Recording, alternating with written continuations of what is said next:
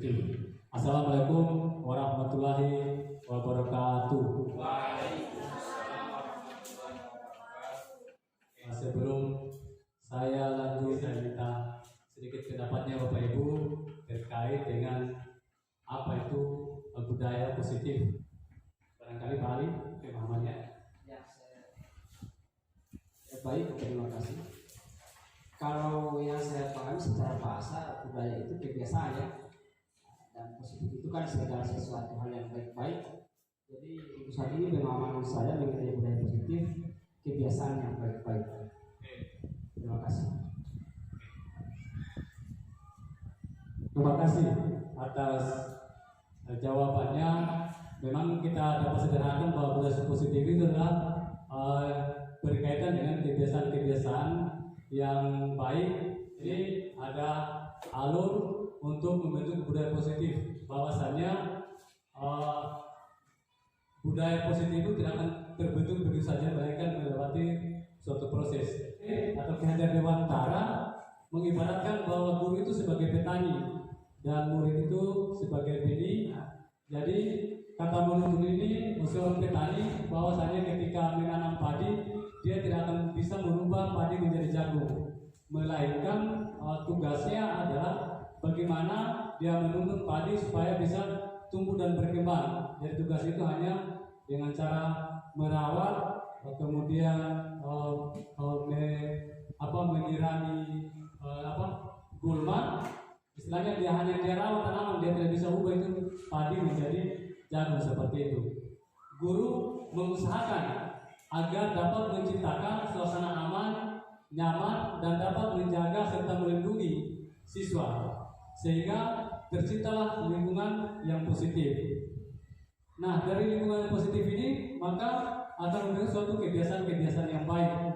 Dari kebiasaan-kebiasaan yang baik menjadi sebuah karakter, gitu. Jadi kemudian kalau sudah terbentuk karakter maka terbentuklah budaya positif. Bahwasanya di kurikulum baik kurikulum 12 maupun kurikulum 3 ini selalu digaungkan untuk pendidikan karakter. Nah, karakter itu tidak akan terbentuk begitu saja, melainkan melewati beberapa proses. Nah, salah satunya adalah harus dimulai dengan cara berpikir positif. Kemudian dari berpikir positif itu menjadi tindakan-tindakan yang positif.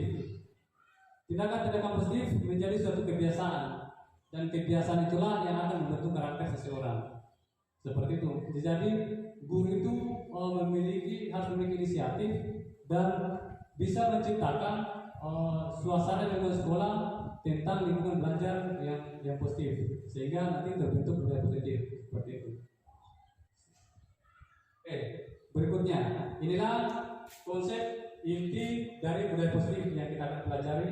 Pertama, disiplin positif dan nilai-nilai kebajikan universal. Kemudian yang kedua, motivasi perilaku manusia, ini berkaitan dengan hukuman dan penghargaan. Ketiga, kebutuhan dasar manusia. Yang keempat, posisi kontrol. Yang kelima, keyakinan sekolah. Dan enam, segitiga restitusi. Yang pertama tentang disiplin positif dan nilai-nilai kebajikan. Disiplin merupakan perasaan taat dan patuh terhadap nilai-nilai yang dipercaya, yang merupakan tanggung jawabnya. Menurut Deng Gosen akan bahwa arti dari kata disiplin berasal dari bahasa Latin, yaitu disiplina, artinya belajar. Kata disiplin juga berasal dari kata yang sama dengan disiplin, artinya murid atau pengikut. Untuk menjadi seorang murid atau pengikut, seorang harus paham betul alasan mengapa mereka mengikuti suatu aliran atau ajaran tertentu, sehingga motivasi yang terbangun adalah motivasi intrinsik, bukan ekstrinsik. Jadi motivasi dari dalam, bukan motivasi dari luar. Berikutnya, tujuan dari disiplin positif adalah menanamkan motivasi intrinsik pada murid-murid kita, yaitu motivasi untuk menjadi orang yang mereka inginkan dan menghargai diri sendiri dengan nilai-nilai yang mereka percaya. Nah, di sini nilai-nilai yang dimaksud itu berkaitan dengan nilai kebajikan. Sebagai pendidik, tujuan kita adalah mewujudkan anak-anak yang memiliki disiplin diri sehingga sehingga mereka bisa berperilaku dengan mengacu pada nilai-nilai kebajikan universal dan memiliki motivasi intrinsik bukan ekstrinsik. Yang ini yang dimaksud dengan nilai kebajikan universal. Nilai kebajikan universal adalah sifat positif manusia yang merupakan tujuan mulia yang ingin dicapai di setiap individu. Inilah yang salah satu karakter daripada kurikulum merdeka, yaitu profil belajar Pancasila. Nilai-nilai kebajikan universal ini kenapa disebut universal? Karena dapat diterima oleh semua golongan, apalagi kan di Indonesia ini beragam budaya, agama, suku, dan nilai ini semua sudah akomodir. Yang pertama adalah beriman bertakwa kepada Tuhan Yang Maha Esa dan berakhlak mulia, kemudian mandiri, bernalar kritis, berkebijakan global, bergotong royong, dan kreatif. Ada juga nilai pilar karakter di Indonesian HRT Foundation atau IHF. Yang pertama cinta Tuhan dan segenap ciptaannya, kemudian kemandirian dan tanggung jawab. Kurikulum merdeka ini kita diharapkan nilai-nilai juga yang disesuaikan dengan kondisi kita. Mungkin kalau di Buton kita kenal dengan kayak binci-binci kuli, itu bisa kita terapkan di sekolah dengan rasa, apalagi di daerah yang kita mau sesuaikan dengan budaya kita. Jadi tidak harus serta-merta kita ikuti yang nilai ini tidak seperti itu. Kita bisa sesuaikan dengan yang ada di daerah kita. Apa binci-binci kuli, apalagi biasanya yang di boleh makaro semana molibu, itu betul. Itu sebenarnya harus kita bahwa juga sekolah bisa meningkatkan atau menerapkan nilai tersebut. Oke, berikut ini yang kedua, motivasi dan perilaku manusia, hukuman dan penghargaan. Jadi ada 3 jenis motivasi perilaku manusia itu. Dan dia berbuat itu pasti punya alasan atau punya motivasi. Oke, yang pertama itu untuk menghindari ketidaknyamanan atau hukuman. Motivasi ini biasanya akan muncul pertanyaan dalam diri. Kira-kira kalau saya dilaksanakan, apa yang akan terjadi pada saya? Motivasi ini seperti itu. Berikutnya, yang kedua, untuk mendapatkan imbalan atau penghargaan dari orang lain. Ini biasanya muncul orang melakukan suatu kegiatan karena dia mengharapkan imbalan dan penghargaan. Maksudnya muncul begini pertanyaan lagi. Kira-kira kalau saya mau lakukan ini, apa yang saya dapat? Dia mengharapkan suatu imbalan atau penghargaan. Yang kedua ini adalah sifatnya masih ekstrinsik karena sumbernya masih dari luar motivasi ini. Berikutnya yang ketiga adalah ini untuk menjadi orang yang mereka inginkan dan menghargai diri sendiri dengan nilai-nilai yang mereka percaya. Nilai yang dimaksudnya mungkin nilai-nilai kebajikan. Ini biasanya tertanam dalam diri, kira-kira akan menjadi orang yang seperti apa apabila saya melakukannya. Jadi memang dia dari dalam diri sendiri kesadarannya, bukan seperti hukuman dan penghargaan. Mungkin yang kita kenal dengan reward dan punishment yang dulu itu. Nah sekarang kita dihimbau dalam penerapan budaya positif ini untuk meningkatkan nilai yang ketiga, yaitu untuk menjadi orang yang menghargai diri sendiri dengan nilai-nilai yang mereka percaya seperti itu. Ini yang kita ingat kepada siswa kita, sehingga ketika diberikan hukuman atau ketika siswa melanggar, ada kesadaran dari dalam diri untuk memperbaikinya, bukan karena takut guru. Berikutnya ada perbedaan antara hukuman konsekuensi dan penghargaan. Ini hukuman bersifat tidak terencana atau tiba-tiba. Anak atau murid itu tidak tahu apa yang akan terjadi dan tidak akan dilibatkan. Ini tidak ada kesepakatan. Biasanya kalau saya pribadi itu ketika memang sudah aturan bahwa ketika ada penjelasan harus pakai olahraga. Nah biasanya ada beberapa siswa itu yang tidak menggunakan, dan tanpa saya gali informasi apa rasanya, biasanya serentak langsung dihukum. Itu kan tidak disepakati. Kebanyakan hukuman dalam bentuk fisik, ya, dalam bentuk fisik. Oke, sementara konsekuensi bersifat sudah terencana atau disepakati, itu sudah dibahas dan disetujui oleh murid dan guru. Biasanya mungkin ini diatur dalam kelas. Kira-kira di pertemuan awal kita buat kesepakatan kalau melanggar ini kamu konsekuensinya apa? Seperti itu gambarannya. Hanya saja kalau di undang yang kedua ini masih agak mendingan konsekuensi di bagian hukuman. Karena hukuman itu sesuatu yang menyakitkan. dia membekas, ya. Sementara konsekuensi sesuatu yang harus terjadi karena dia harus disepakati bahwa ketika nanti kamu melanggar ini konsekuensinya seperti itu. Kemudian tidak nyaman, hukuman yang kedua tidak nyaman untuk murid atau anak dalam jangka waktu panjang. Yang kedua, kalau konsekuensi tidak nyaman untuk murid dalam jangka waktu yang pendek. Berikutnya, korban mendapatkan keadilan, dan kalau konsekuensi korban bisa diabaikan. Aneh. Kemudian yang keempat, murid atau anak akan tersakiti jika dia tidak nyaman, dan yang kita tadi sama. Kalau konsekuensi yang keempat, murid atau anak dibuat tidak nyaman. Kemudian yang kelima, hukuman berlaku pasif, agresif meningkat. Kemudian kalau di konsekuensi penguatan hanya bertahan dalam jangka waktu yang pendek, tidak lama. Nanti saya pintar kita lihat contoh kasusnya, mana hukuman, mana konsekuensi, kita bisa bedakan. Berikut ada beberapa pertanyaan, silakan pendapatnya kira-kira kalau seperti ini. Anak-anak disuruh mencatat 100 kali dalam buku dengan kalimat saya tidak akan terlambat lagi. Jadi kadang ada anak yang terlambat, kemudian guru memberikan sebuah ganjaran dengan mencatat di buku itu 100 kalimat. Oke, silakan, ini hukuman atau konsekuensi? Hukuman, Bapak Yudi. Konsekuensi, ini apa itu? Hukuman. Oke, Bu Kusni. Hukuman. Bu Eli. Bu Rafina. Hukuman. Coba kita lihat jawabannya. Konsekuensi. Ingat, hukuman ganjaran diberikan itu masih berkaitan dengan kesalahannya, seperti itu. Dia kan terlambat, jadi dia menulis mencatat 100 kali, supaya saya tidak akan terlambat lagi. Dan sifatnya tidak seperti kekerasan fisik. Coba kita lihat contoh kasus yang kedua.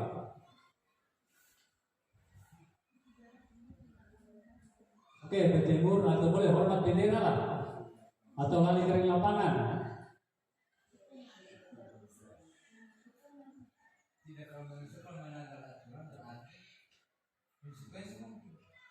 Oke, berikut soal yang kedua. Balik. Kalau tidak melanggar, karena melibatkan fisik sama. Oke, berikutnya. Betul Pak, hukuman. Ya. Oke, soal yang ketiga. Hukuman atau konsekuensi? Ada hukuman, ada ya konsekuensi. Hukuman. Betul ya. Berikutnya yang keempat. Menggantikan kertas tugas teman yang telah dicoret-coret. Konsekuensi. Betul. Kehilangan 10 menit jam istirahat untuk mengerjakan tugas karena terlambat datang dan tertinggal pelajaran selama 10 menit. Bagaimana? Yang ini? Balik. Bagaimana? Kehilangan 10 menit jam istirahat untuk mengerjakan tugas karena terlambat datang dan tertinggal pelajaran. Hilang 10 menit jam istirahat. Maksudnya ketika temanya istirahat karena dia terlambat, disuruh gurunya kamu harus kerjakan dulu tugas, selesaikan dulu. Kalau gitu.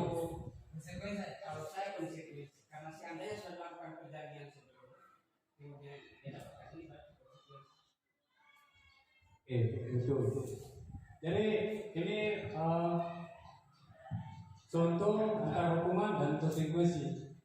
Memang kalau dari kelima contoh ini ada 2 contoh hukuman itu agak melibatkan fisik ya. Kalau yang 3-nya ini masih berkaitan dengan kesalahan yang dilakukan, mengulangi kesalahan yang dilakukan sebenarnya di situ. Dan hukuman diberi walaupun diberikan ganjaran, tetapi masih berkaitan dengan tanggung jawab yang dilanggar seperti itu. Seperti tadi karena tidak mengerjakan tugas, dia diberi ganjaran sedikit 10 menit untuk jadi istirahat tidak seperti temannya. Kemudian menggantikan kertas tugas temannya karena dia coret-coret dan gantikan sebagai bentuk konsekuensi seperti itu bentuknya.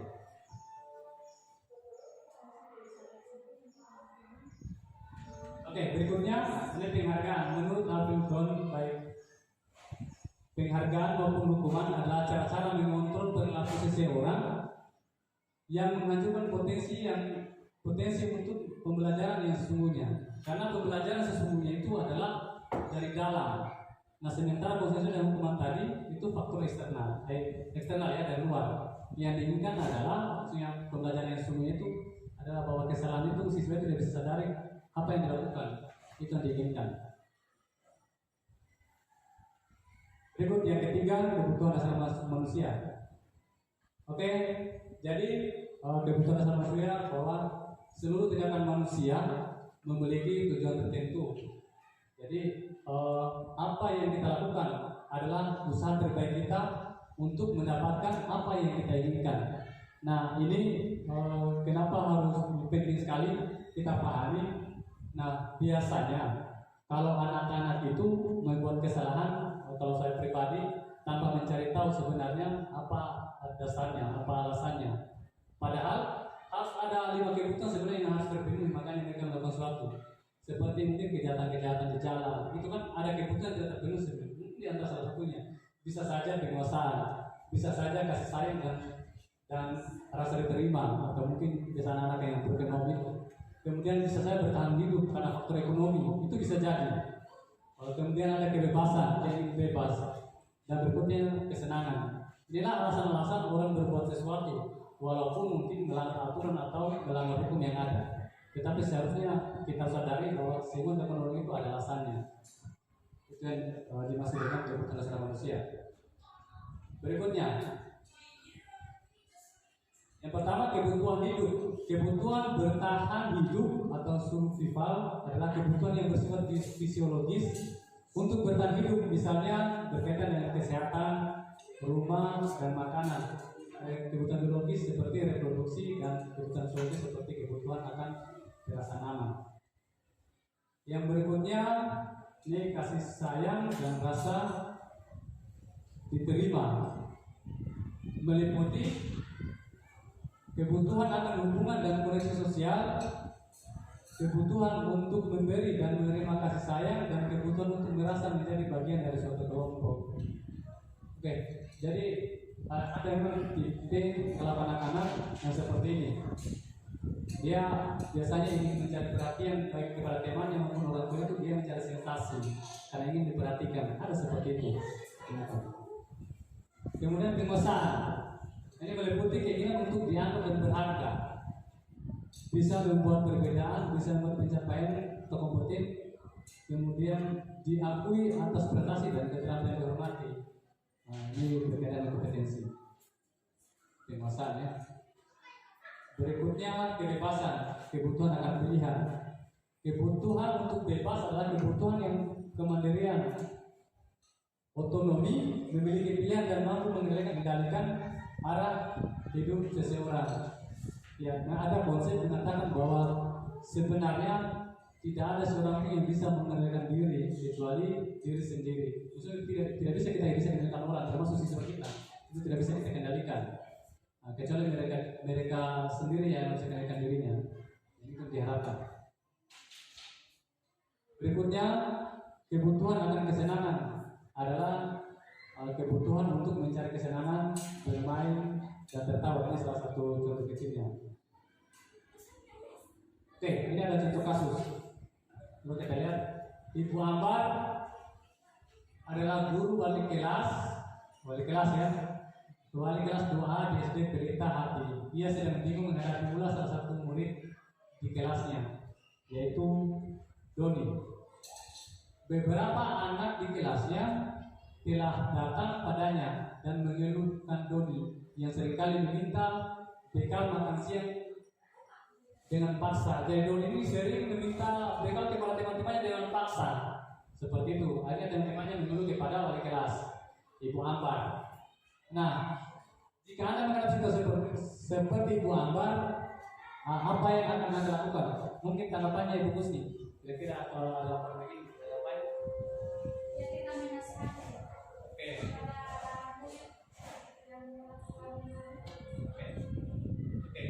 Menasihat ya. Oke. Mungkin Pak Wakasih ada laporan seperti itu. sama. Nasihat juga. Selalu makan. Merebut, ya merebut makan temannya dengan paksa ya. Oke, lalu kita kaitkan dengan kira-kira kebutuhan apa, kelima kebutuhan dasar tadi, seperti itu. Nah, sekarang untuk menjawab pertanyaan kebutuhan apa yang terjadi antara kelima tadi, ayo kamu jawaban daripada Doni. Andaikan Doni menjawab begini, apabila Doni menjawab karena dia lapar dan orang tuanya tidak menyiapkan makanan siang, mesti dia tidak siapkan bekal, maka kebutuhan dasar yang sedang dipenuhi Doni adalah kebutuhan apa? Kebutuhan bertahan hidup ya, karena memang dia lapar, maka dia rebut makan temannya itu. Oke, betul, kebutuhan bertahan hidup. Nah, berikutnya, apabila Doni menjawab begini, alasannya mengambil bekal temannya karena dia merasa senang temannya itu jadi memperhatikannya. Yang tadi dia tidak perhatikan, jadi dengan dia ganggu temannya, dia jadi perhatian sama temannya lah. Artinya selain dia baikkan. Kemudian ketika siswa melapor kepada guru dan guru melapor kepada orang tua, maka orang tua datang ke sekolah. Dia memperhatikannya. Maka kebutuhan dasar apa yang terpenuhi dulu? Oke, ada yang lain? Kasih sayang. Kita lihat jawabannya. Kebutuhan akan kasih sayang dan rasa diterima. Tadi perhatiannya, dia akan temannya yang diperhatikan. Kayak kemarin kasusnya Kiflin itu menurut saya ada bule di situ, banyak orang. Dia sebenarnya kasus banyak orang begitu, dia ingin mencari perhatian sebenarnya. Hanya ada pun temanya, jadi sudah digurung sama orang, digurung sama guru, ada di bule yang di situ. Dia saya butuh perhatian sebenarnya seperti itu. Jadi semua yang dilakukan siswa sebenarnya ada alasannya, ada kebutuhan apa yang harus kita gali. Seperti itu. Oke, berikutnya, kalau boleh dijawab begini, dia harus hebat karena temanya jadi takut. Dia paling besar itu hebat. Dan menurut keinginannya, maka kebutuhan dasar yang harus diberi dunia adalah Oke, kita lihat. Kebutuhan akan kekuasaan. Ya, pokoknya dia yang paling hebat di situ lah, kekuasaan. Seperti itu. Berikutnya, andaikan Doni menjawab seperti ini. Dia merasa bosan dengan bekal makan di bawah mamanya. Jadi dia tidak mau bawa makan lagi karena dia bosan. Karena ibunya selalu bawa bekal yang sama setiap hari. Terus setiap hari telur terus. Sebentar dari temannya mungkin ada yang lebih enak atau dia ingin seperti makan temannya. Maka kebutuhan dasar yang sedang dipenuhi adalah kebutuhan adalah kebebasan. Ada yang dia inginkan dan terpenuhi.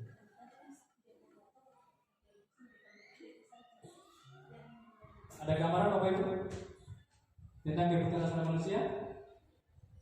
Oke, jadi inilah yang terjadi sama siswa kita. Saya itu biasanya spontan. Ketika ada sebuah salah, ya sudah sekian di situ. Begitu, tanpa harus menggali apa sebenarnya alasannya. Dan biasanya yang kita gunakan analisa atau konsistensi dan hukuman. Tidak ada seperti apa namanya yang kelima.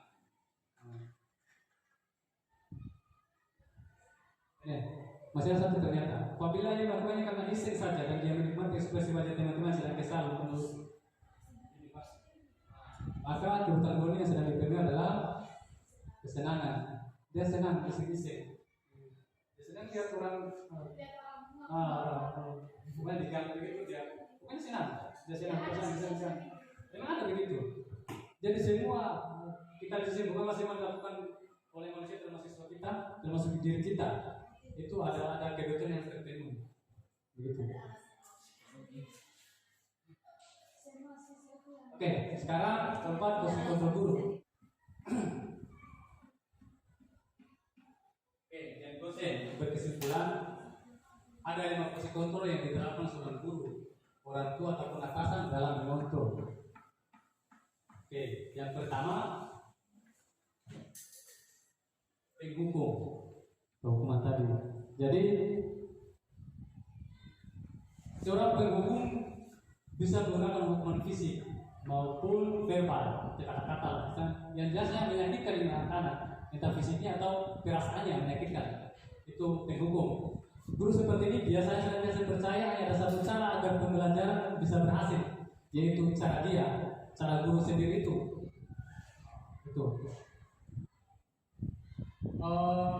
Ciri khas penghukum? Spesial, nadanya suara yang tinggi, membentang, bahasanya tubuh, matanya melotot, jari menunjuk-nunjuk dan menghadik. Itu ciri khas penghukum. Kenapa ini? Kalau saya pernah dengan ciri seperti ini, ada suara tinggi, bahasa tubuh itu mata melotot, jari menunjuk menghadik. Pernah. Itu penghukum. Oke, ini lagi cirinya. Kata-kata biasa yang diungkapkan, ya, kamu terlambat lagi, pasti terlambat lagi, selalu datang terlambat. Kapan sih kamu bisa datang waktu? Bisa datang tepat waktu? Hasilnya si penghukum ini adalah murid marah dan menendam atau bersifat agresif. Kalau penghukum, karena sakit sekali itu.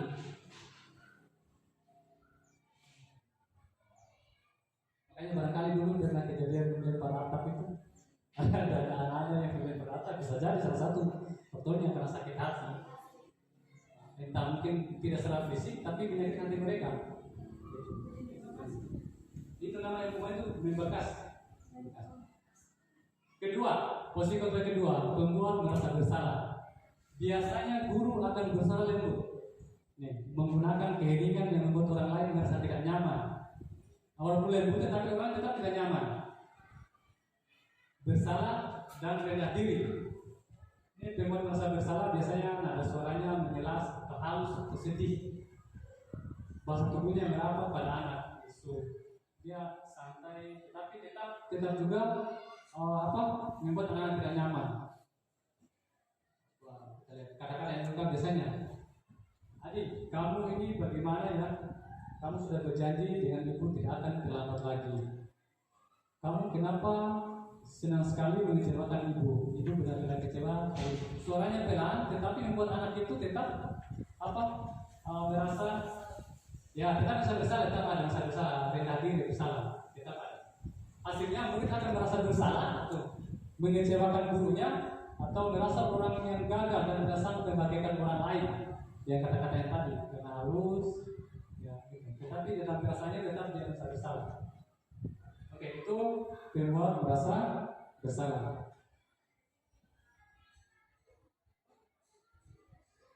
Ada juga posisi teman.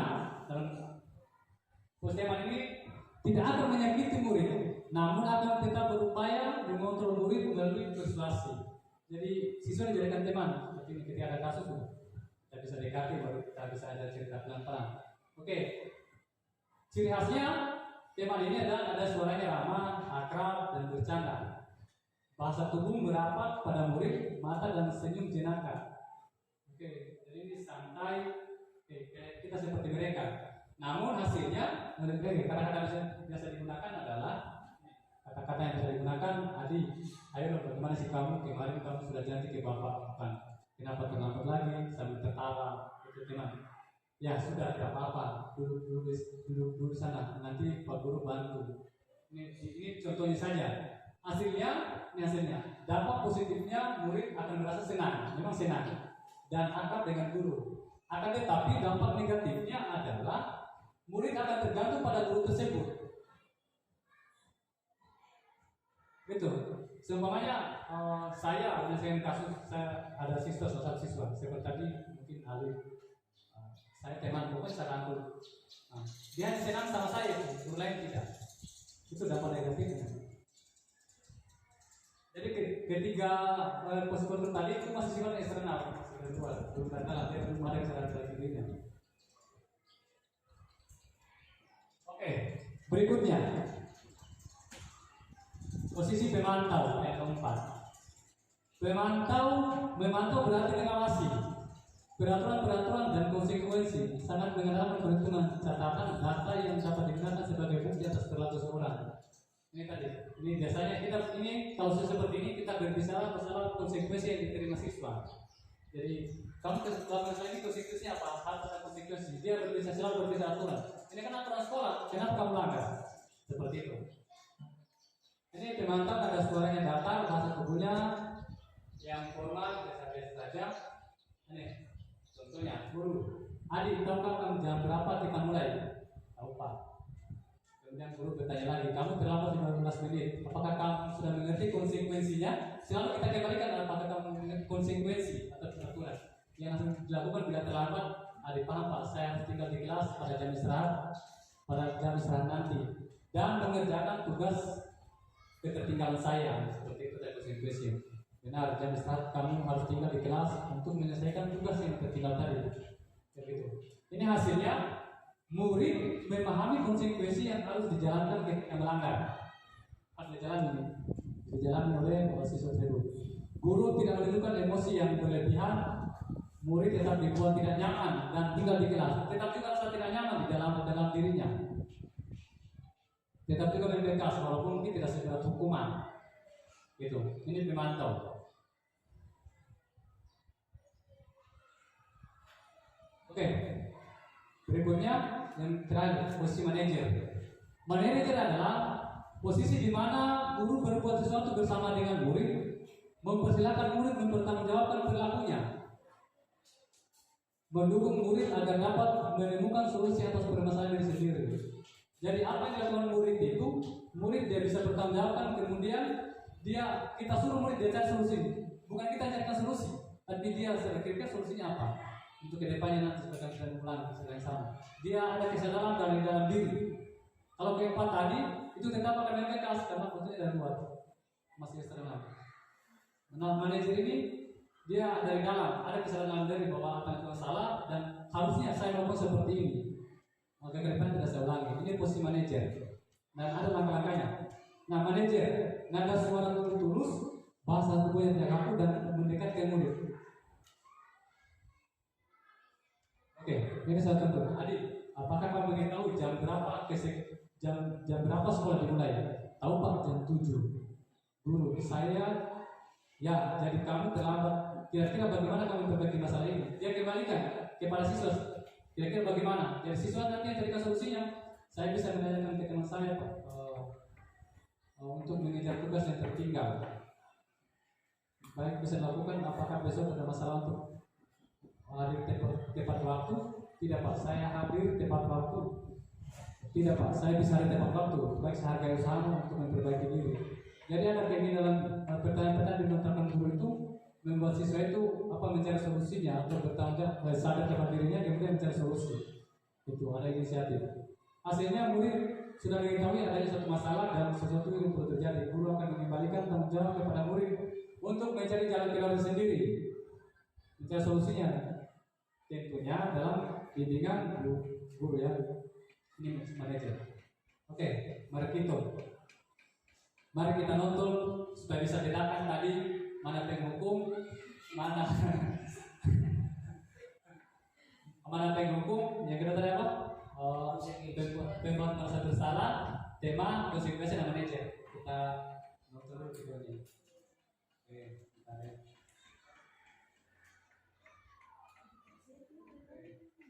Ini operasi kontrol.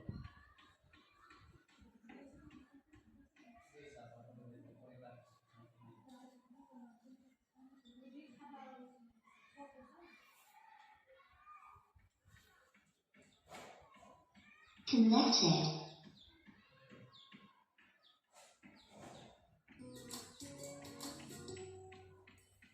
Salam bahagia Ibu dan Bapak Guru hebat. Dalam penerapan disiplin positif restitusi, salah satu program yang dikembangkan adalah 5 posisi kontrol. 5 posisi kontrol dalam restitusi adalah proses perjalanan seorang pendidik agar dapat mengenali dirinya. Pada video kali ini, kita akan membahas tentang 5 posisi kontrol yang dikembangkan oleh Diane Gosson dan contoh penerapannya.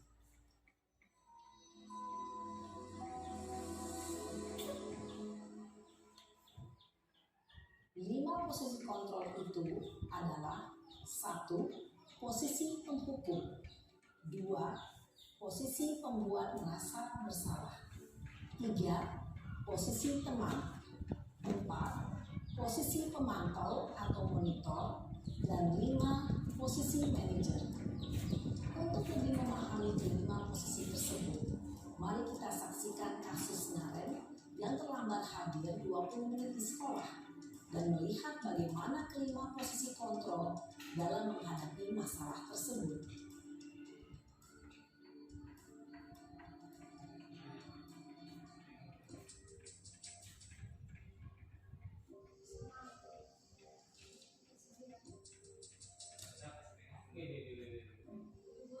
Ekspresinya. Naren! Sini kamu!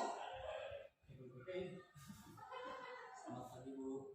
Selalu terlambat. Kamu deh, pasti terlambat. Maaf Bu, saya Apa? Apa coba? Alasan kamu apa lagi? Kapan sih kamu tidak terlambat? Malas sekali ya kamu jadi anak. saya Dasar pemalas. Gak kapok-kapok sih kamu. Sudah berapa kali terlambat? Sana, kamu keliling lapangan basket 2 kali. kenapa saya harus keliling lapangan basket Bu? Kenapa? Kamu melawan ibu. Berani-beraninya jawab. Sudah terlambat, masih berani jawab pula.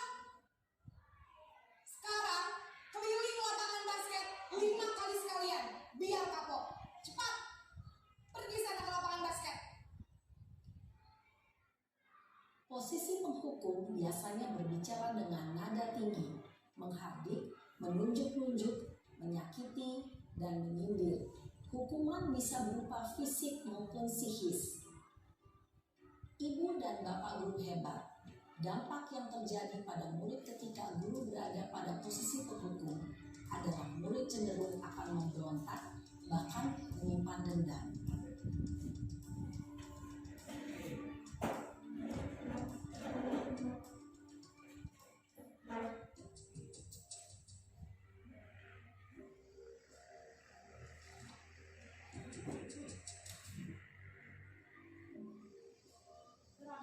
Naren!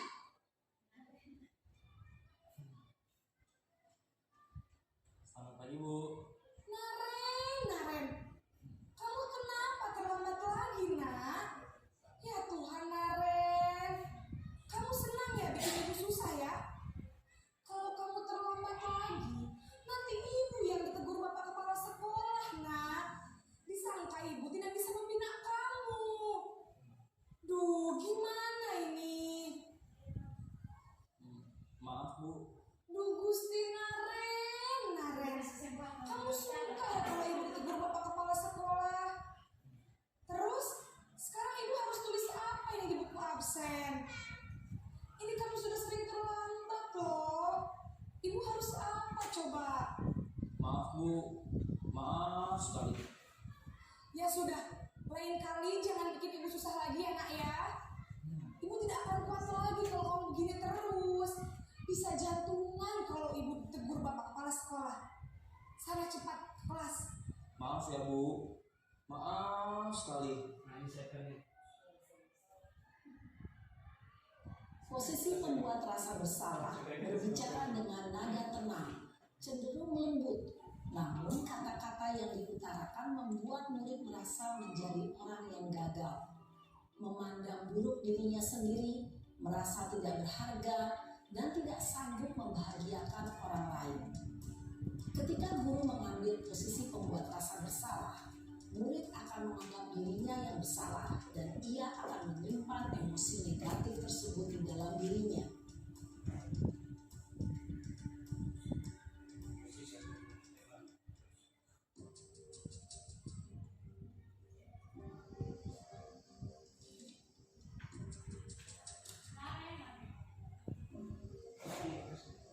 Naren!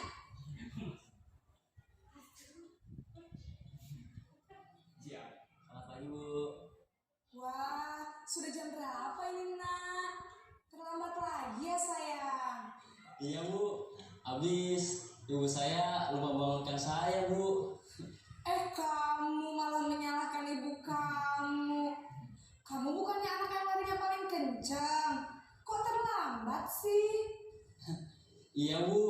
Saya memang terlambat bangun tadi. Jadi biarpun saya lari kencang, tetap gak kekejar, Bu. Ya sudah sana, nanti lain kali larinya lebih kenceng lagi ya, biar gak terlambat lagi. Bikin seneng ibu, demi ibu. Bisa kan? Bisa lah, Bu. Ya sudah sana masuk kelas, ibu beresin urusan absen kamu. Kamu ini ada-ada saja. Dalam posisi teman, guru berbicara dengan nada suara ramah, akrab, cenderung bersenda gurau untuk menjaga suasana tetap santai. Murid akan merasa senang, aman, dan akrab dengan guru. Identitas yang tercipta adalah identitas sukses atau berhasil. Namun, perlu diingat, karena ini masih dorongan eksternal, maka ada faktor ketergantungan dari murid kepada orang tertentu. Di sini guru absennya, sehingga di lain waktu murid bisa berperilaku baik, namun hanya kepada orang-orang tertentu saja.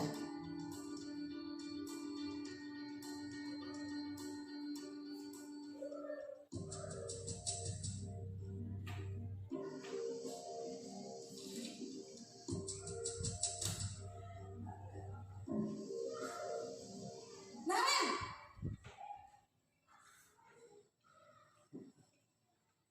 Selamat pagi, Bu.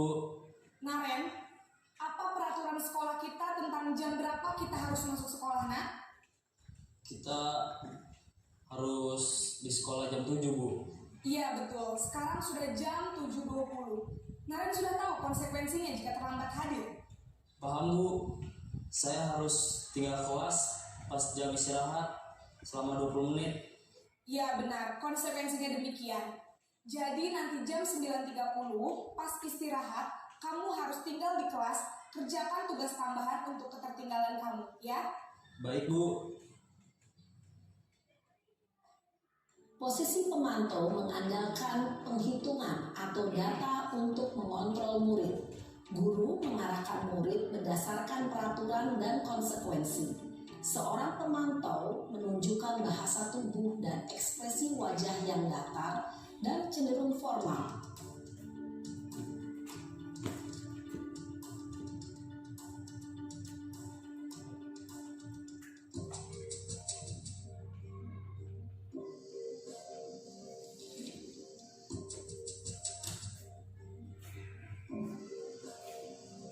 Naren!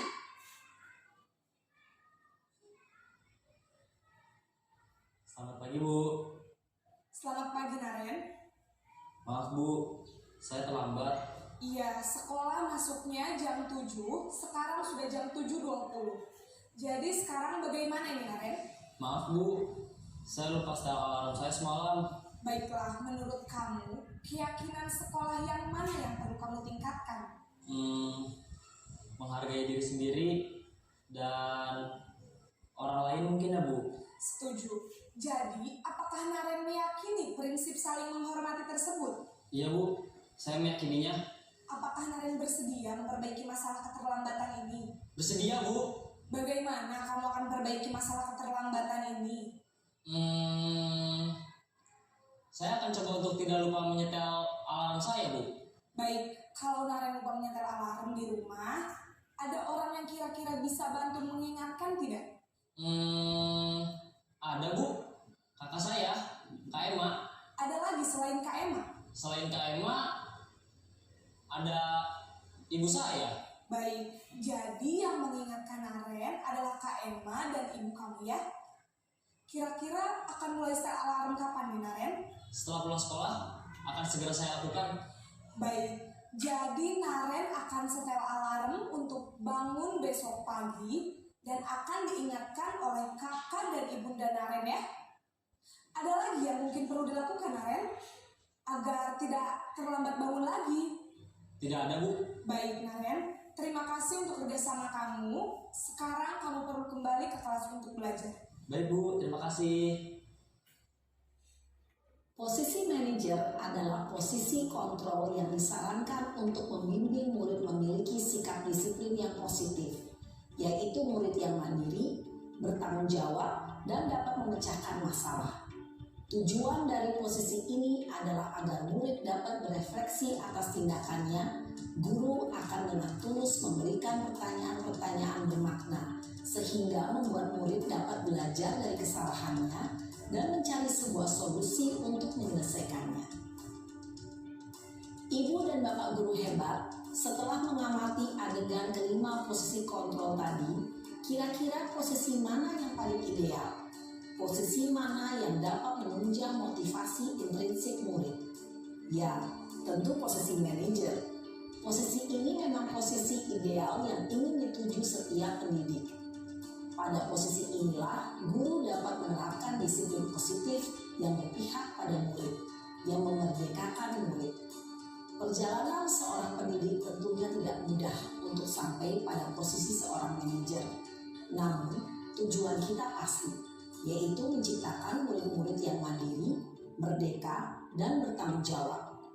Semoga penggambaran 5 posisi kontrol yang telah diperlihatkan ini dapat menjadi ajang refleksi bagi kita semua, agar dapat terus mengasah dan menerapkan disiplin positif yang memerdekakan murid. Mari terus berlatih dan bersemangat. Selamat menerapkan. Salam dan bahagia Ibu dan Bapak guru hebat.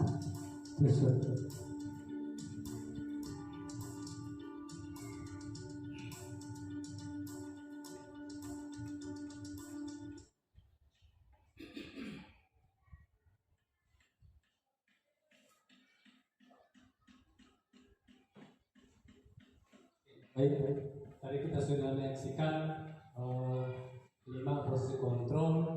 Nah, barangkali tentunya akan kembali ke dalam diri kita masing-masing tentang apa yang kita pernah lakukan kemarin. Mungkin di antara kelima posisi kontrol itu ada mungkin yang kita sudah pernah lakukan, dan dengan adanya video ini atau tayangan berkaitan dengan posisi kontrol, mungkin kedepannya diharapkan kita bisa menerapkan posisi kontrol yang kelima, yaitu tentang manajer. Karena ini intinya bagaimana pertanyaan-pertanyaan yang diberikan guru itu dapat memancing siswa untuk mencarikan solusi atas permasalahan sendiri. Jadi memang faktornya dari faktor internal. Berikutnya ada yang menarik di posisi manajer, yaitu dia selalu tanyakan tentang keyakinan kelas. Keyakinan kelas itu berkaitan dengan hampir mirip dengan peraturan kelas. Kalau peraturan kelas itu biasanya dibuat oleh guru dan dibantu oleh siswa.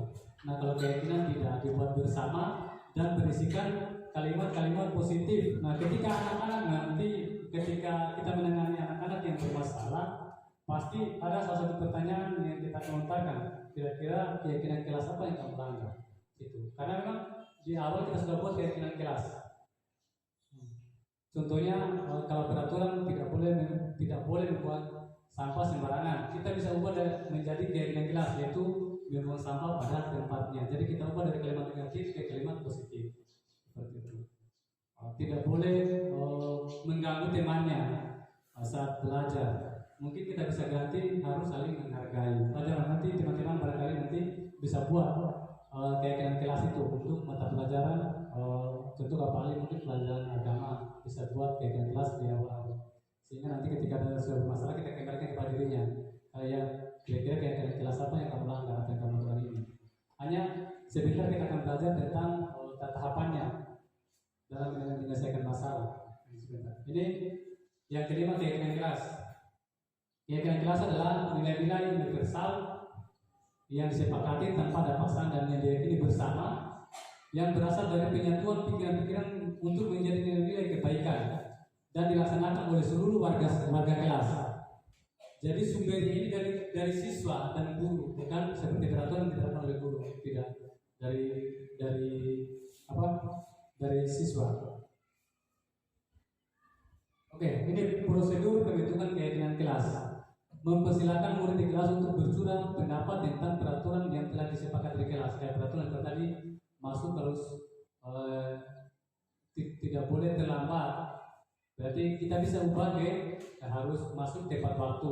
Semua yang kata tidak, kata jangan itu kita ubah menjadi kalimat positif seperti itu.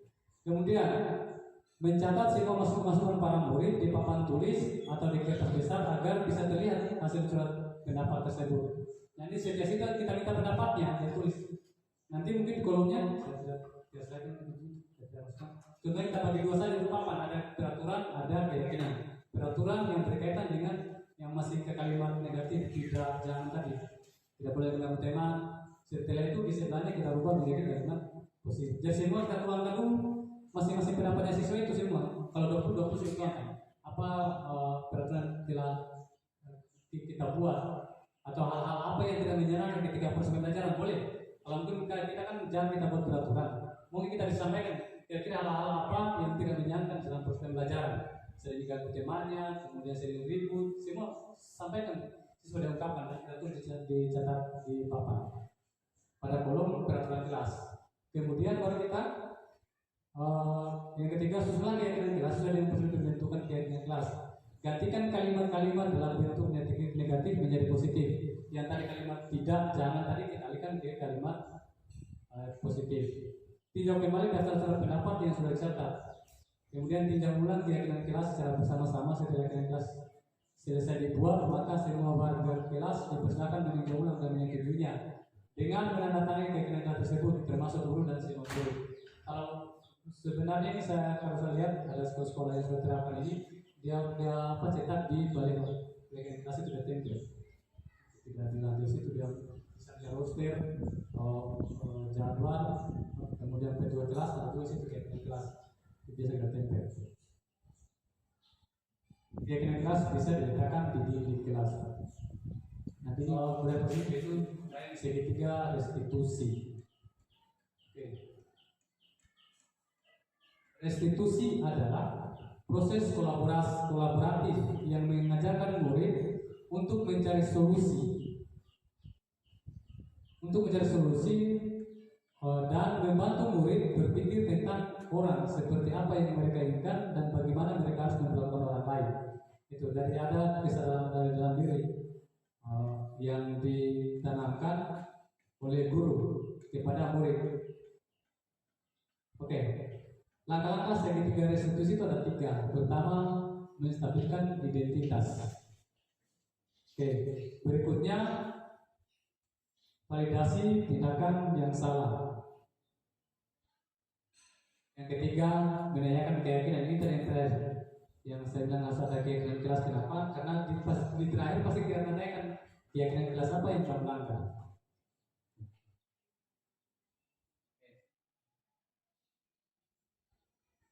Oke, menstabilkan identitas bertujuan untuk mengubah identitas anak dari orang yang gagal karena melakukan kesalahan menjadi orang yang sukses.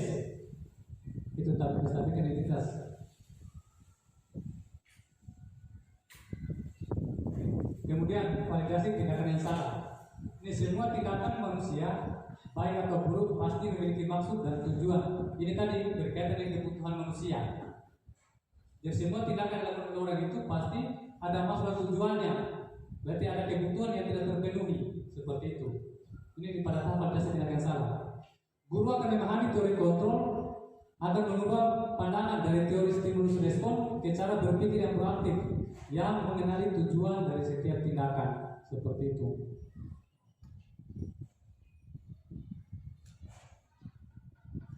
Menanyakan keyakinan terakhir. Tahap terakhir itu teori kontrol menyatakan bahwa pada dasarnya kita termotivasi secara internal, termotivasi dari dalam. Ketika identitas sukses telah tercapai dan perilaku yang salah telah divalidasi, maka anak akan siap untuk dihubungkan dengan nilai-nilai yang dipercaya dan berpindah menjadi orang yang diinginkan. Nilai-nilai yang dimaksud termasuk nilai kebajikan yang beberapa tadi ya, mungkin di sekitar kita. Kita akan nonton video penerapan segitiga restitusi sesuai dengan langkah pertama. Ada tindakan salah dulu, baru kemudian menstabilkan identitas, kemudian validasi tindakan salah, dan terakhir menanyakan keyakinan.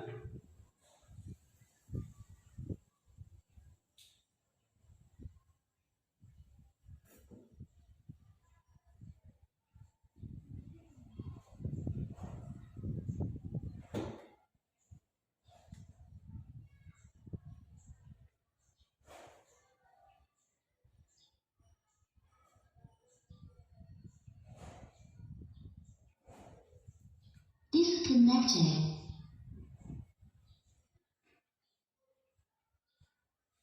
Connected.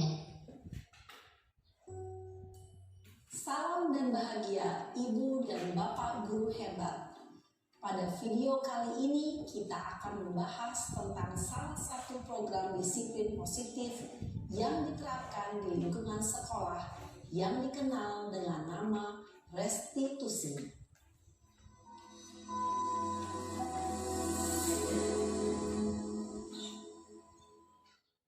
Restitusi dikembangkan oleh pakar pendidikan Diane Gosson berlandaskan pada teori kontrol Dr. William Glasser. Segitiga restitusi adalah suatu proses dialog yang dijalankan oleh guru atau orang tua agar dapat menghasilkan murid yang mandiri dan bertanggung jawab. Pada saat guru di posisi manajer, aspek yang dikembangkan pada murid adalah motivasi intrinsik, sehingga penanaman nilai-nilai kebajikan dapat tumbuh dan berkembang menjadi suatu kebiasaan positif yang akhirnya membentuk karakter murid. Proses dialog ini terdiri dari 3 langkah yang digambarkan pada ketiga sisi pada segitiga restitusi. Sisi pertama adalah menstabilkan identitas.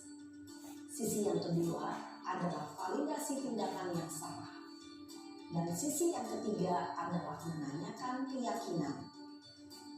Ibu dan Bapak guru, berikut ini akan ditunjukkan bagaimana seorang guru berada dalam posisi manajer menggunakan penerapan segitiga restitusi.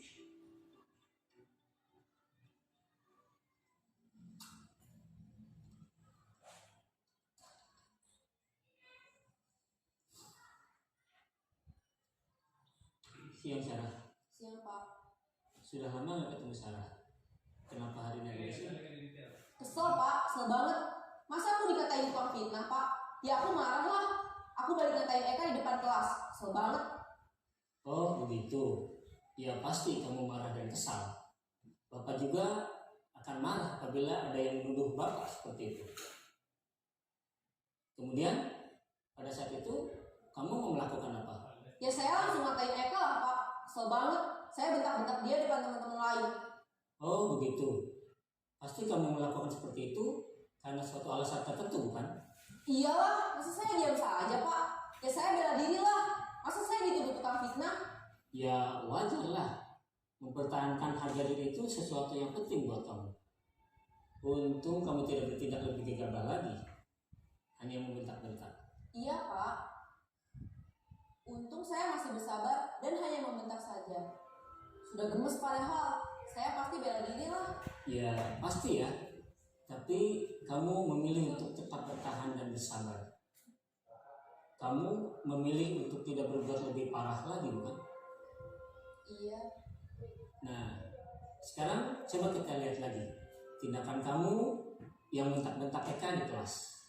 Tindakan kamu itu kira-kira sesuai dengan keyakinan kelas atau prinsip kamu tidak?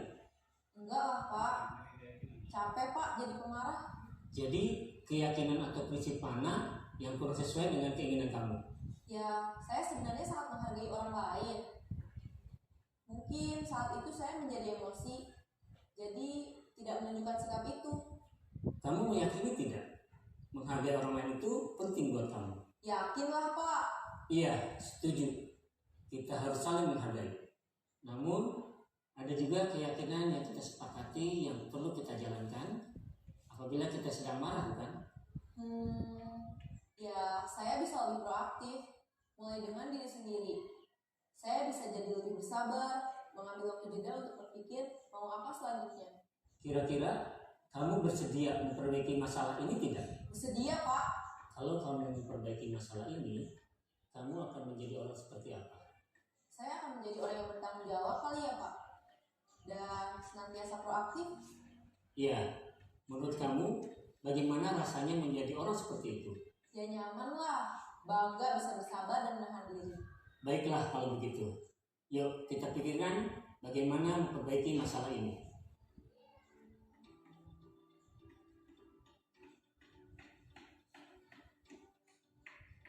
Ibu dan Bapak guru hebat, Baru saja kita menyaksikan contoh bagaimana seorang guru berada dalam posisi manajer menggunakan penerapan segitiga restitusi. Mari kita bahas satu persatu.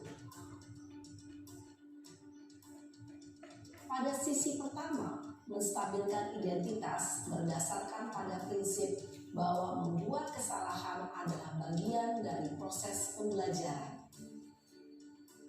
Sisi pertama dari segitiga ini berperan menggeser identitas murid dari identitas gagal ke identitas sukses. Murid yang sedang bertingkah laku yang tidak pantas atau menarik diri saat itu sedang mengalami identitas gagal. Bila kita mengkritiknya, maka posisinya tidak akan berubah. Kita bisa mengajukan pernyataan-pernyataan ini. 1. Membuat kesalahan sesuatu yang wajar. 2. Manusia tidak ada yang sempurna. 3. Kita bisa memperbaiki masalah ini. 4. Saya tidak menanyakan kesalahannya. Saya lebih fokus bagaimana memperbaiki masalah ini. 5. Apakah saat ini kamu tengah menjadi orang yang baik untuk dirimu sendiri? Pada sisi kedua, validasi tindakan yang salah berlandaskan pada prinsip bahwa setiap perilaku berupaya memenuhi suatu kebutuhan tertentu. Guru yang telah memahami teori kontrol akan bergeser dari pemikiran stimulus respon menjadi proaktif dan mencoba untuk mengenali tujuan dari perilaku murid. Mengenali dan mengakui kebutuhan murid ini dapat memperbaiki hubungan dengan murid tersebut. Pernyataan atau pertanyaan bisa disampaikan dengan nada suara tidak menghakimi atau memojokkan, sehingga dapat mengembalikan murid pada posisi positif. 1. Kamu bisa saja bertindak lebih gegabah lagi dari ini. 2. Kamu bukan melakukannya tanpa suatu alasan tertentu. 3. Kamu melakukannya karena mempertahankan sesuatu yang penting bagimu. 4. Mungkin kamu bisa mempelajari suatu perilaku baru yang lebih efektif. Bersediakah kamu mempelajarinya? Selanjutnya, kita akan simak sisi terakhir, yaitu menanyakan keyakinan. Teori kontrol menyatakan bahwa pada dasarnya kita termotivasi secara intrinsik. Pada saat perilaku yang salah telah divalidasi dan identitas sukses telah stabil, maka murid telah siap mengaitkan keyakinan-keyakinannya dengan tindakannya yang salah dan pemikirannya telah bergeser ingin menjadi orang yang dituju. Pertanyaan-pertanyaan ini dapat mengaitkan keyakinan-keyakinan yang dianut murid. 1. Sebagai keluarga atau kelas, apa yang kita yakini? 2. Nilai-nilai apa yang telah kita sepakati? 3. Seperti apa gambaran sebuah kelas yang ideal bagi kami? 4. Kamu ingin menjadi orang seperti apa?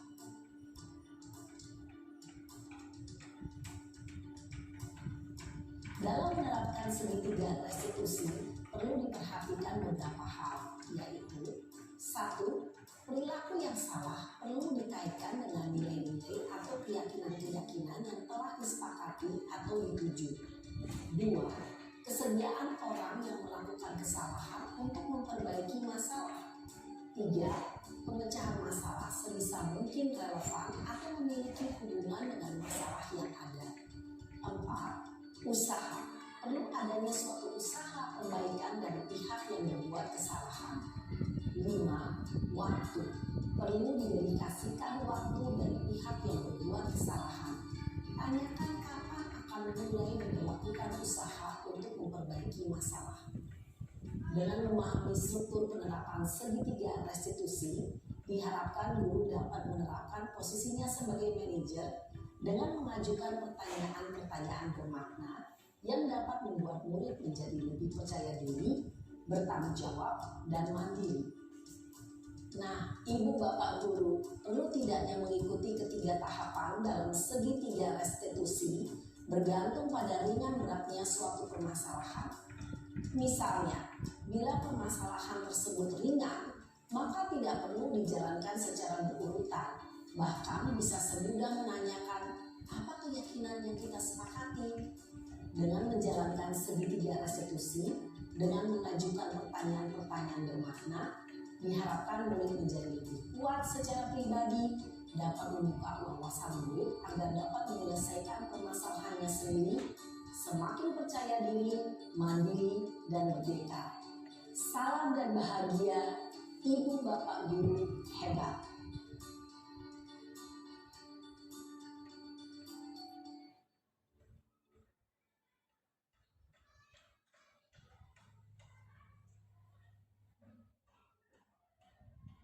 Baik.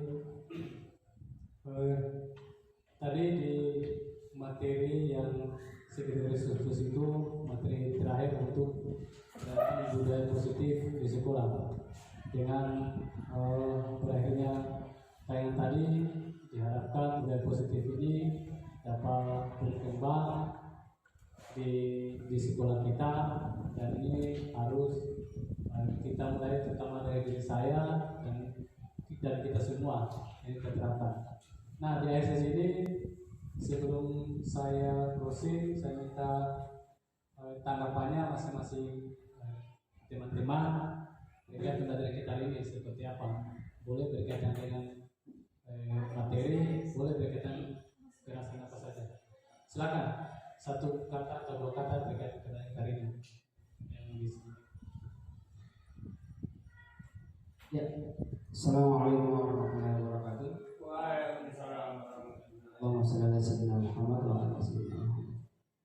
Jadi tanggapan saya mengenai aktivitas kita hari ini, kalau dari saya, menurut saya ini sangat bagus karena saya sebagai guru atau mungkin kita semua bisa muhasabah atau kita bisa koreksi diri, ternyata kita selama ini kesalahannya di mana, dan sekaligus tadi itu kita sudah dipaparkan solusi-solusi yang tepat dalam penanganan untuk siswa sehingga hasilnya itu nanti menjadi baik, tidak justru menimbulkan dendam atau hal-hal negatif lain.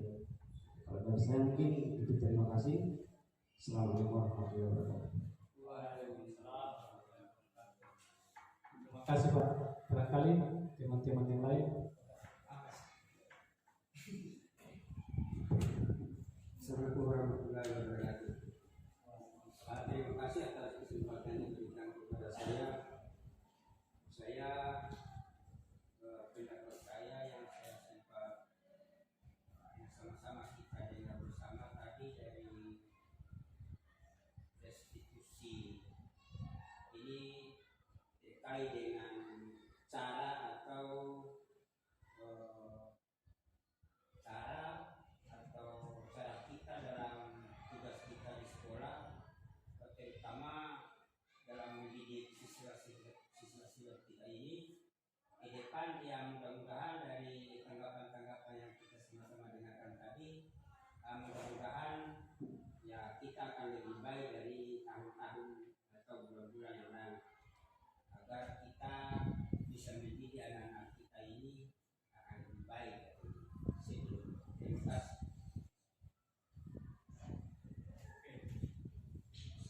Baik Bapak Ibu, terima kasih atas sesi hari ini. Dan intinya adalah ternyata segala sesuatu yang kita perlakukan terhadap anak itu akan selalu membekas. Nah, tinggal dari kita, bekasnya itu kita bernilai positif atau negatif, seperti itu. Dan saya rasa kita juga pasti punya kenangan terhadap masa lalu kita ketika kita menjadi siswa. Pasti ada salah satu guru yang di belakang, dan ada salah satu guru pasti yang kita ingat. Itu pernah terjadi Pak. Waktu itu saya waktu lanjut S1, kebetulan bertetangga itu PKSD dan Penjaskes. Jadi tiba-tiba ada perempuan yang tegur saya, Pak Guru, bikin apa di sini? Dari itu. Ternyata itu siswa saya dan saya kaget. Kamu dari mana? Dia bilang saya dari Lagana, siswanya Pak Guru. Masa Pak Guru lupa saya? Apa? Kalimat apa yang pertama diungkapkan? Masa Pak Guru lupa saya waktu itu untuk pergi pelan. Ternyata lebih tegas. Sebenarnya yang memotivasi kami di grup penggerak itu kenapa walaupun mungkin kondisi saya kurang sehat ketika banyak tugas itu, tapi saya masih menantikan materi-materi selanjutnya karena berhadapan langsung dengan kegiatan masalah-masalah kita di kelas. Mudah-mudahan seperti yang mereka tahu agama ini, mudah-mudahan kita bisa bermuasabah dengan diri kita, terutama justru saya itu yang paling masih banyak dengan siswa yang datang itu saya menyadari itu apa ini semoga saya bisa perbaiki dan mengajak kita semua. Mari kita budayakan budaya positif di sekolah, terutama kita mulai dari penanganan siswa. Terima kasih Bapak Ibu, terima kasih banyak karena sudah berkesempatan, sudah mau bersama-sama kegiatan ini sehingga alhamdulillah berjalan lancar dan saya akhiri. Wassalamualaikum warahmatullahi wabarakatuh.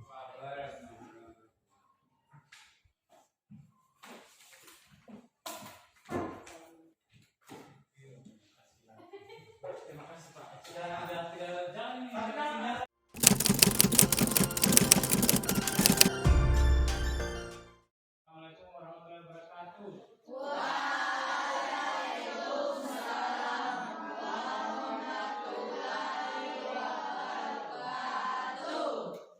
Oke, baik anak-anak.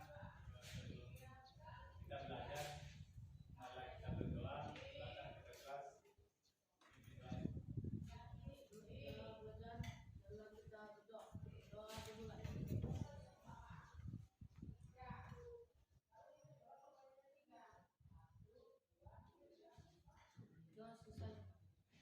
Seperti biasa, setiap awal tahun itu kita sering buat gerakan kelas ya. Nah, dimulai semester ini Pak Guru akan gantikan peraturan kelas menjadi keyakinan kelas. Pernah dengar istilah keyakinan kelas? Belum ya? Oke. Ya, nanti sebentar kita akan sepakati bersama tentang perbuatan keyakinan kelas. Nah, ada perbedaan antara keyakinan kelas dan peraturan kelas. Itu. Kalau peraturan kelas itu biasanya dibuat oleh guru dan harus ditaati oleh seluruh siswa murid. Nah, kalau keyakinan kelas ini menariknya adalah kita buat bersama dan kita patuhi secara bersama sehingga pembelajaran itu bisa berjalan secara efektif dan efisien. Gitu ya? Oke. Sekarang Pak Guru akan buat tabelnya di sini. Yuk, tabel pertama kita ambil dari peraturan dulu. Dan di situ nanti Pak Guru akan berikan kertas log ini, ya. Kertas ini kemudian tuangkan seluruh peraturan kelas, ya, yang pernah kita buat atau hal-hal yang tidak menyenangkan sehingga mengganggu proses pembelajaran. Tuangkan semua, kemudian sebentar baru kita alihkan ke keyakinan kelas, gitu ya. Oke. Kemudian salah satu fungsi dari keyakinan kelas ini adalah ini berkaitan dengan nilai-nilai kebajikan. Sekarang saya akan bagikan kertas, silakan tuliskan, bisa lebih dari satu ya. Ingat tulisnya yang mana ya, di belakang ya, di depan yang dekat itu. Oke, kita masuk ke dekat.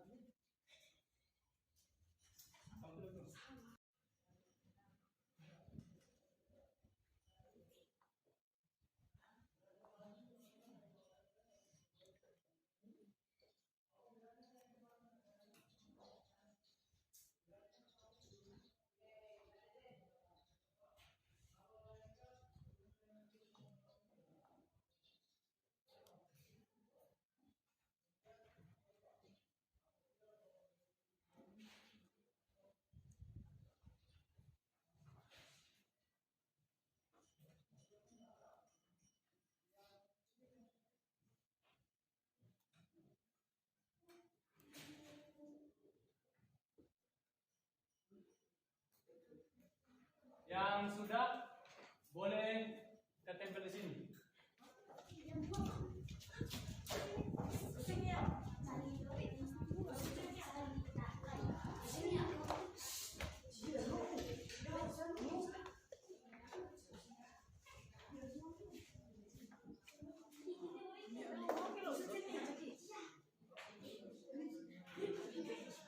Terima kasih kalian sudah meluangkan tentang peraturan kelas. Saya bacakan dulu yang kalian tulis di sini. Tidak berbisik di dalam kelas dan jangan tidur di dalam kelas dalam keadaan proses belajar mengajar. Jadi tidak boleh ribut. Oke. Sekarang untuk merubahnya menjadi keyakinan kelas, yang kalimat-kalimat negatif ini kita jadikan kalimat positif. Apa ciri khas kalimat negatif? Ada kata tidak ya, siapa lagi? Jangan. Itu kita ganti menjadi kalimat positif ya. Sebelum kita ubah menjadi keyakinan kelas, saya akan kelompokkan dulu karena saya yakin ada beberapa kata itu yang sama. Gitu ya, Pak Guru sudah kelompokkan ini beberapa peraturan yang sama. Di antaranya ini tidak boleh ribut di dalam kelas. Kemudian ada juga tidak boleh mengganggu temannya saat proses belajar. Kemudian tidak boleh ribut saat guru menjelaskan, atau tidak boleh memotong pembicaraan guru ketika guru menjelaskan. Kemudian sini ada tidak boleh bolos. Kemudian sini ada tidak boleh makan saat proses pembelajaran. Nah, sekarang kita ubah menjadi keyakinan kelas. Kalau tidak boleh ribut dalam kelas, apa kira-kira kalimat positifnya? Harus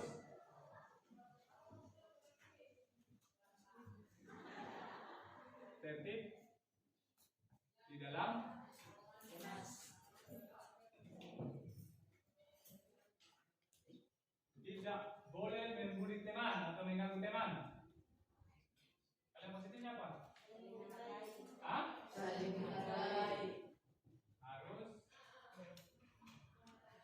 saling.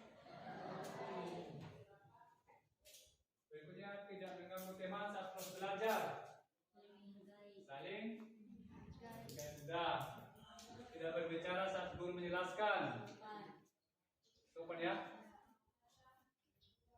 Kemudian tidak berisik di dalam kelas.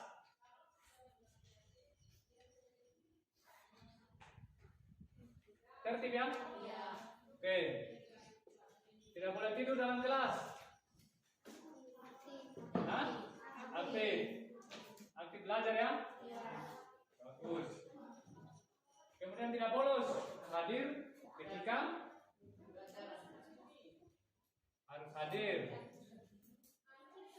Ketika pembelajaran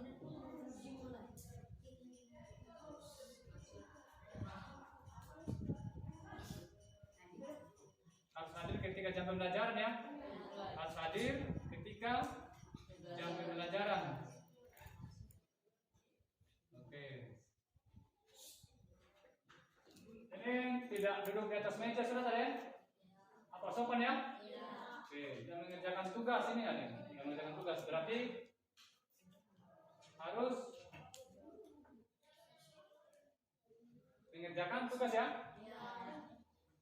Mengerjakan tugas yang diberikan oleh guru ya. Oke, berarti ada 7 keyakinan kelas yang akan kita jalankan selama semester ini dan seterusnya. Berikut kita baca sama-sama ya. Oke, yang pertama, 1, harus dalam kelas. Contohnya pada tertib. Contohnya tidak ribut, ya, tidak berisik, sorry ya. Oke, yang kedua, harus sopan saat menerima pelajaran. Ketika guru berbicara, tidak boleh Anda silakan untuk bertanya. Oke, atau mungkin guru dia suruh silakan jawab, itu boleh, gitu ya. Oke. Berikutnya, 3, menjaga kebersihan. Ya, contohnya apa lagi? Contohnya, membuang sampah pada tempatnya. Kemudian, tidak mencoret-coret meja. Oke, selain meja apa lagi? Kursi, apa lagi? Dinding. Oke, itu kebersihan. Berikutnya, yang keempat,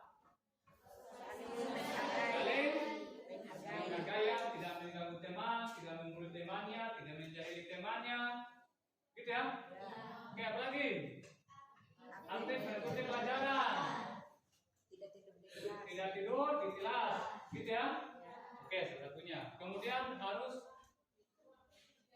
hadir ya, harus hadir ketika jam pelajaran, harus hadir ya, dan tidak boleh bolos. Oke, berikutnya terakhir, mengerjakan tugas yang diberikan oleh guru ya. Oke, inilah keyakinan kelas ya yang kita akan sepakati bersama. Diharapkan mari kita patuhi dan kita jalankan bersama ketika nanti setelah berjalan yang namanya manusia itu biasanya selalu hilaf, selalu salah. Hanya saja Pak Guru minta ketika ada seperti itu, mohon kerjasamanya, terutama tanggung jawabnya ya. Ketika memang ada berbuat salah, kita harus tanggung jawab dan kita berupaya supaya berikutnya kita tidak lagi kesalahan sama. Gitu ya. Itu harapannya. Harapan berikutnya dengan adanya keyakinan kelas ini, ya muncullah kesadaran dari dalam diri, ya, untuk tercipta disiplin di dalam diri. Oleh itu harapannya supaya kita patuhi juga bersama ya. Oke, demikian keyakinan kelas. Silakan ditulis di bukunya ya, supaya mudah-mudahan nanti gampang diingat dan diterapkan setiap kegiatan pembelajaran. Nah, semoga dengan terciptanya kegiatan belajar ini bisa memperlancar kegiatan proses belajar mengajar nantinya. Oke, silakan ditulis.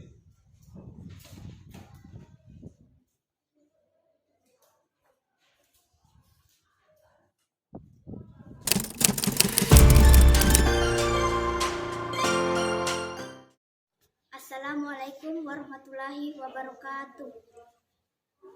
Perkenalkan, nama saya Asnia, saya dari kelas 8A, siswa SMP Negeri 1 Lapandewa. Kali ini saya akan memberikan testimoni pembentukan keyakinan kelas. Saya sangat senang karena dengan pembentukan keyakinan kelas, kita menjadi lebih disiplin dalam mengikuti pembelajaran dan menjadi lebih baik untuk kedepannya. Demikian testimoni yang bisa saya sampaikan. Wassalamualaikum warahmatullahi wabarakatuh.